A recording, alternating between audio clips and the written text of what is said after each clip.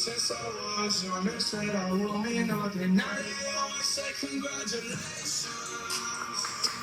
स्वागत आहे तुमचा नवीन मिनी ब्लॉगमध्ये. ते एवढे दिवस मी सरप्राईज करत होतो. सरप्राईज काय तुम्हाला समजलं असेलच. मी स्टोरी रील सगळा टाकले असेल, कारण मी सोडलाच नाही काय टाकायचा.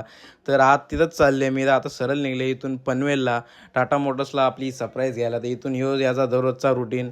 दररोज जाणार, आजच त्या शॉपला घालवणार, नंतर ते टाईम होणार, याच्यामुळे तर टाईम होणार आहे.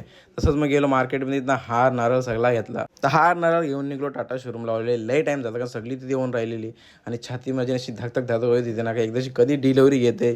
तर इथून सरळ निघलो, मिठाई घेतलं, चालत निघलो. कारण ऑलरेडी एवढी ट्रॅफिक होती ना, तर आम्ही लई लांब लावली. ऑरेंजची तर गाडी लावली, तिथं चालत शोरूमची तर हे सगळी आमची फॅमिली वगैरे सगळी आलती. सगळी एवढी खुश होती. कोणालाच मी सरप्राईज सांगलेला म्हणजे कार घेणार. कुठली कार ती काहीच माहीत नव्हतं. यांना सगळ्यांना आज समजणार आहे की कुठली कार आहे. तरी सगळी इथं मी सगळ्यांना बोलवला. तर मामा लागलं गाडी बघायला, बोलते यही घेऊया. अरे कसली भारी आहे बघ गाडी, हीच घेऊन टाकू, चल लय झाला. यो बोलते ही बघ, ही घे तू, ती काला घेतली, ही माझी गाडी आहे, तुम्ही बघितली. तर सगळ्यांना आता समजलं आहे कुठली गाडी आहे. फक्त मला आणि सौरवलाच माहिती होतं का कुठली गाडी होती. तर आता सगळ्यांना सांगितलं का आपली गाडी टाटा अल्ट्रा होती. एवढ्या दिवस मी इंस्टावर सरप्राईज टाकत होतो. ह्योच माझा सरप्राईज होता. पहिल्याच ब्लॉगमध्ये सांगून टाकणार होतो का काय सरप्राईज आहे, पण मला कंट्रोल होत नव्हता. बरं नाही, बरं काय ते सस्पेन्स ठेवू आणि मोठा असं ब्लास्ट करू. पण ऑलरेडी अर्ध्यानं समजून घ्यायचं का कार घेतो, म्हणून मी ती स्टोरी टाकली कारची. ह्यो मुमेंट आमच्या दोघांसाठी लय मोठा होता, कारण कार डिलिव्हरीची अनबॉक्सिंग म्हणजे लय मोठी खुशी असते.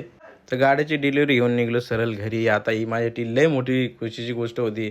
तर असंच ब्लॉग आता येत राहतील लिहिले. आजचा ब्लॉग मला जसं करायला नाही भेटला, का मी एवढा खुश होतो ना, मी वेगळ्या धुंदीनेच होतो. तर ब्लॉग आवडला असेल ना की लाईक करा, शेअर करा आणि सबस्क्राईब आणि फॉलो करा.